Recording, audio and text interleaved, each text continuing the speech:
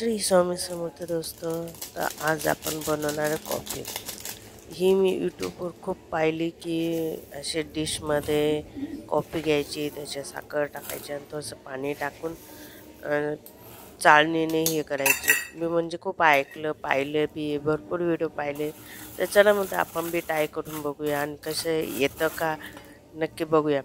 तर मग इथं मी कॉफी आणि साखर घेऊन घेतली. हे थोडंसं पाणी टाकलं आणि आता मी हे हलवते. तर बघूया होतं का नाही होतं. तर हे बघा मी हलवते, जे अजून भरपूर हलवलं. आता त्या व्हायला लागलं थोडं थोडं थोडं थोडं. हे बघा साईडने फेस दिसतोय आणि हे बघा खूप मेहनतीने शेवटी झाली. ही बघा खूप छान झाली. हे बघा कलरही चेंज झाला. म्हणजे जोपर्यंत कलर चेंज होत नाही ना तोपर्यंत सारखं हलवायचं आहे आणि पूर्णच ती साखर पण वितळते आणि ते हे पण होतं. त्यानंतर मग मी हे बघा पूर्ण झालेलं आहे.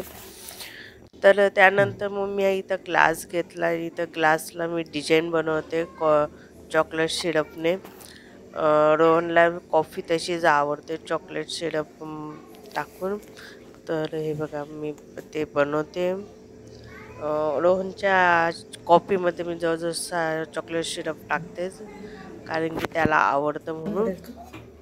त्यानंतर मी इथं कॉफी टाकते. हे बघा तुम्ही बघू शकता माझ्या किचनवर भरपूर बसायला, म्हणजे मला करायची नव्हती ट्राय, पण म्हणते चला ट्राय करून घेऊ. मग मी अचानक ते ठरवलं, काहीच आवडलेलं नव्हतं.